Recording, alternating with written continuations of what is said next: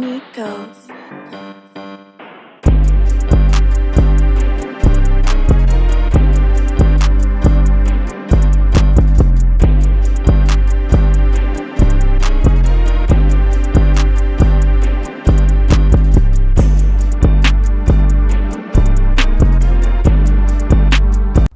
Hey everybody, what it do? It's your favorite neighborhood Marvel man.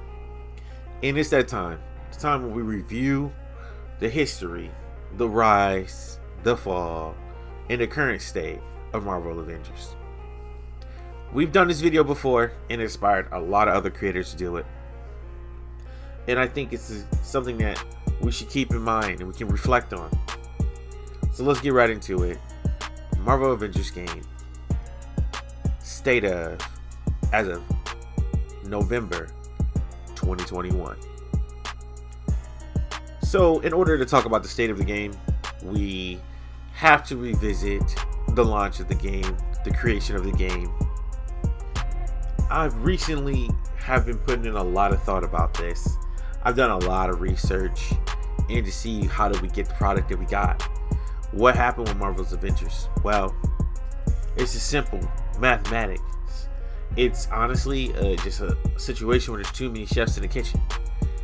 Marvel Avengers game was announced at E3, and I want to say 2018, E3 2018. It was titled The Avengers Project. Little was known about it at the time. All we knew that Square Enix was going to have multiple Marvel Avengers game projects. People were excited. The world was never going to be the same. I blew my brain with that information, counted down the days, and prepared to launch a YouTube channel covering these Avenger games. Being someone who is an extreme fan of RPGs, extreme fan of Square Enix titles, I thought that this would be just pretty much a home run for me. And I was sort of kind of right. Avengers has been great for the channel. It's been really strong. Even when it's down, it's been something good. But let's talk about that. Even when it's down. And I believe in order to talk about something, you have to look at its creation. Now, everyone gives Crystal Dynamics the complete autonomous just energy when it comes to Marvel Avengers game. They look at them for all the faults because they're the name that's been pushed as the company that's created the game and put the game together and yada yada, which in our reality is their lead developer. But Crystal Dynamics didn't develop this game alone. Marvel Avengers game was developed also by several other studios. Crystal Dynamics even created a studio, which they also this year created a secondary studio, Crystal Dynamics Southwest. Crystal Dynamics Northwest was created to help with Marvel Avengers. Nixxes, a company that was recently acquired this year by PlayStation, was also helped on Marvel Avengers. Eidos Montreal, another Square Enix company, also helped on Marvel's Avengers. There's more. Substation, some developers from Square Enix helped on, because Square Enix had their own developers, helped on Marvel Avengers. And it's supposedly said that Head Iron Studios, I don't know what they did, I've been trying to look it up, they also have helped on Marvel Avengers. So that's Crystal Dynamics Northwest, Eidos Montreal, Nixxes, Square Enix, and Head Iron. That's like 6 studios. 6 studios trying to coordinate the development of a title. And then the pandemic hit. And yeah, it got bad. And that's how we got the launch.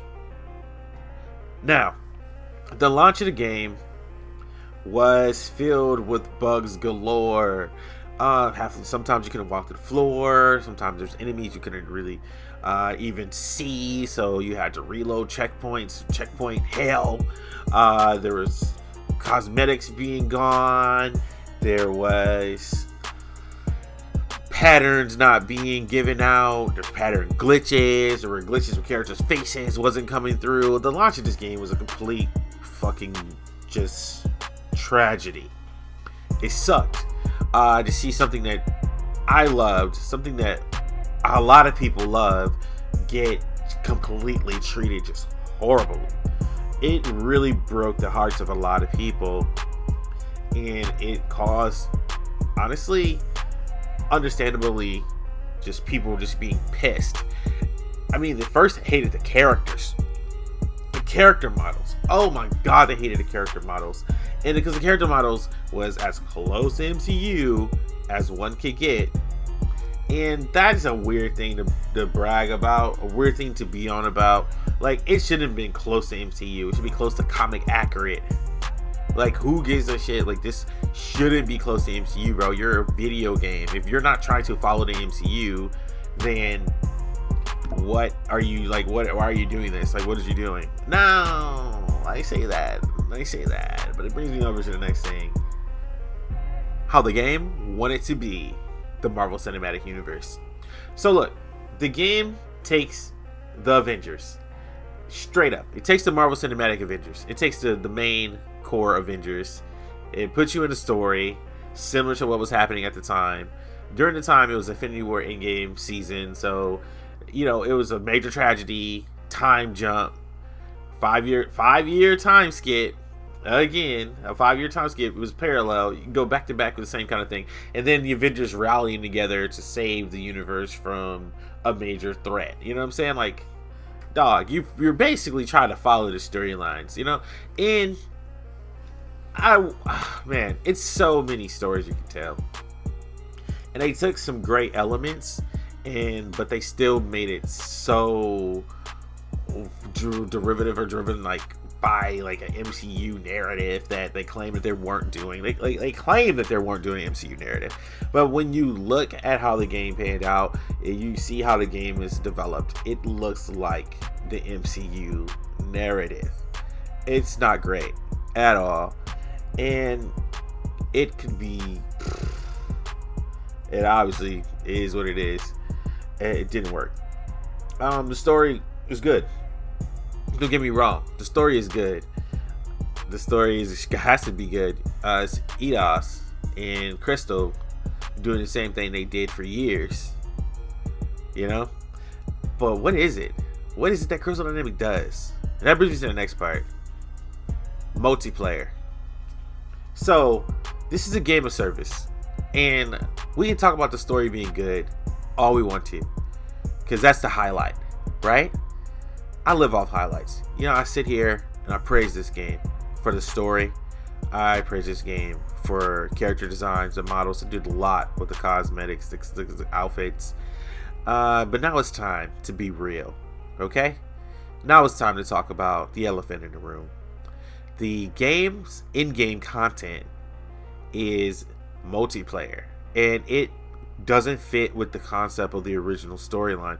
Like, you go from a part of playing the game where it's just like story beat, and then it's like, oh, you're in a helicarrier, oh, the world is open up to you, oh, now you can play with other people, and it's like, okay, now I guess I'll select these missions or whatever.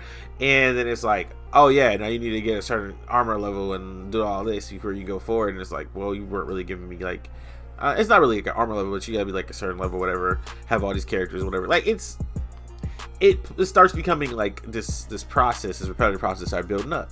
So you're thinking maybe in-game is going to be a narrative multiplayer experience, and it's not really that at all. There's narrative gameplay. Yeah, there's like 2 hours of the Hawkeyes, and then there's like fucking 4 to 6 hours. They say 8 hours of Black Panther, but it's not really, because they're just talking about getting your level up to do certain stuff or whatever. Like, no, it's about low key 4 to 6 hours of the Black Panther expansion. War for Wakanda, I would go on a limb and say it's literally 4 hours. When I beat it on stream, it was about 4 hours.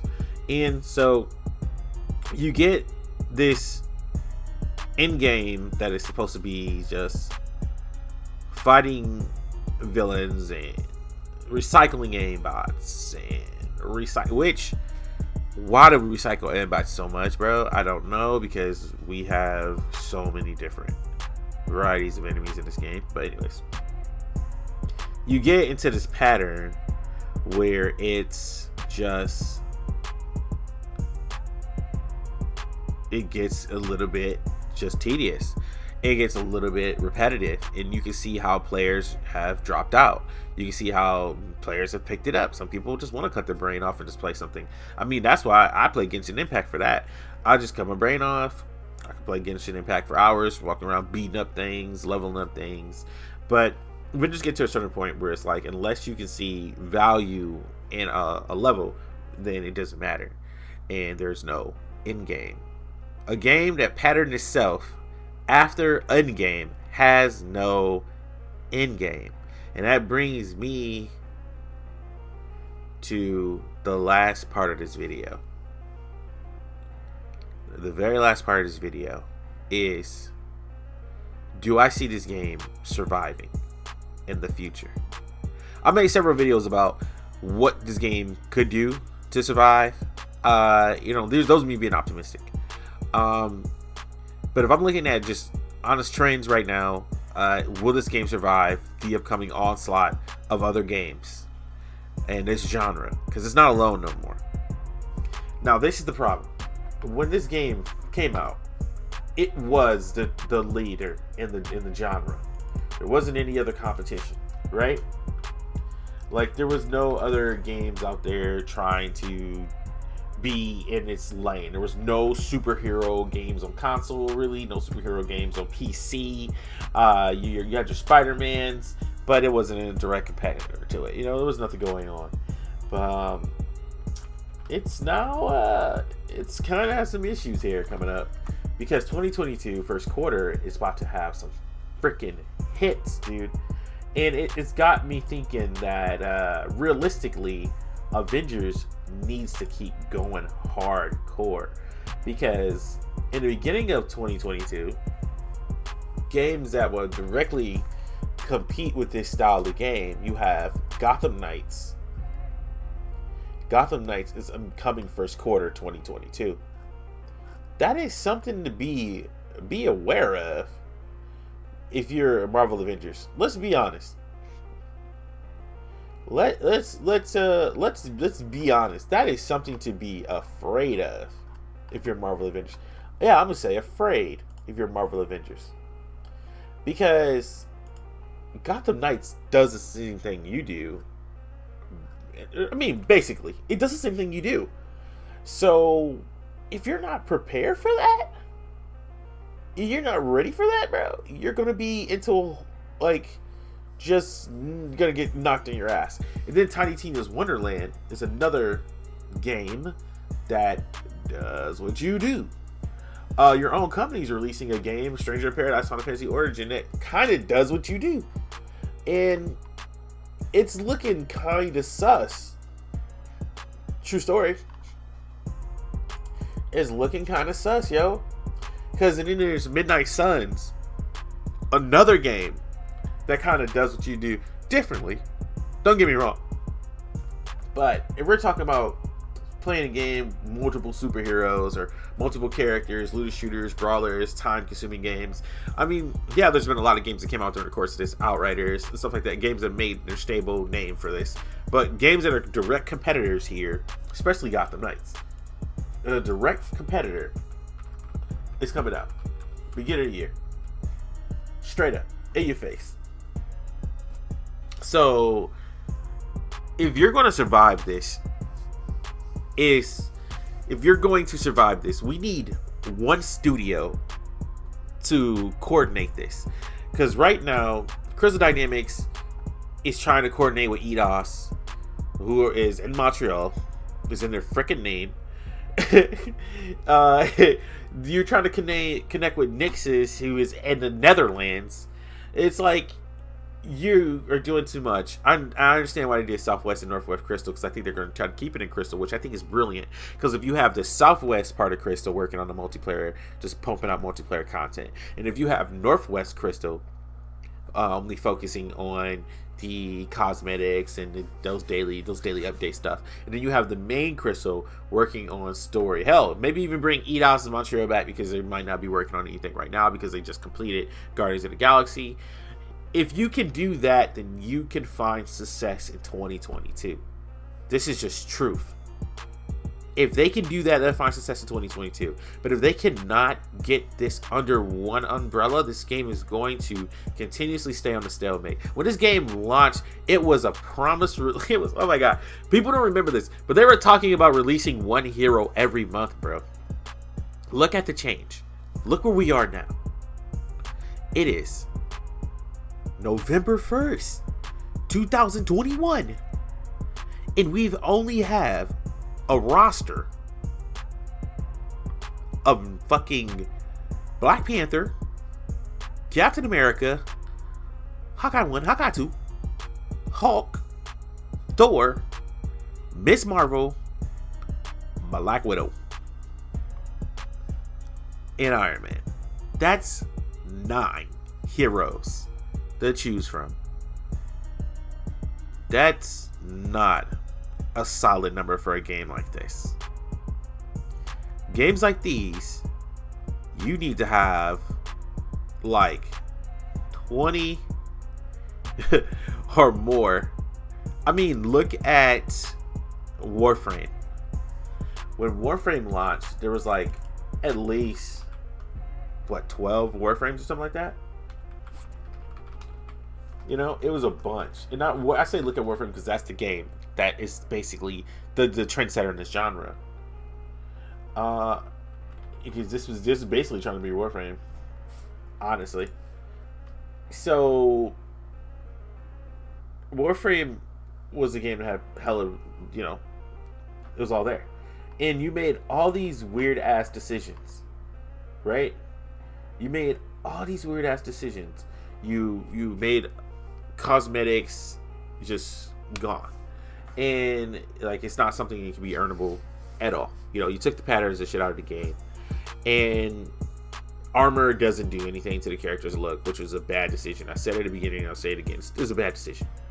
You made all these weird ass decisions, and now, in order for you to be successful, in order for you to be the game that you're supposed to be, you need to have a direction. You need to have leadership, and you need to stop sucking up to the community, picking your creators that you love, because they're just only saying this and they're only saying that. You need to stop that, and you need to be realistic.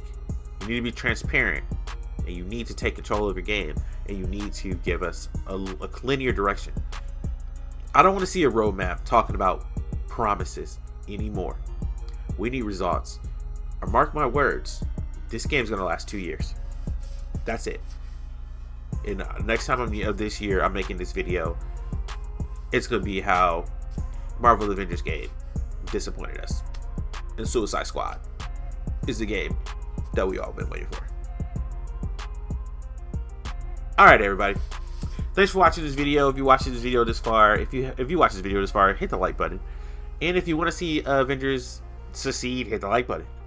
We're almost at 1,000. Oh my god, we're almost at 1,000 subs. You guys are amazing. It's been a great ride. I still got more content coming for you soon. More videos about Midnight Suns, Gotham Knights, Guardians of the Galaxy review is coming up, and I'm gonna start uploading the Guardians of the Galaxy my playthrough on the channel as well. So thank you all so much. I love you all as always, and have a good day.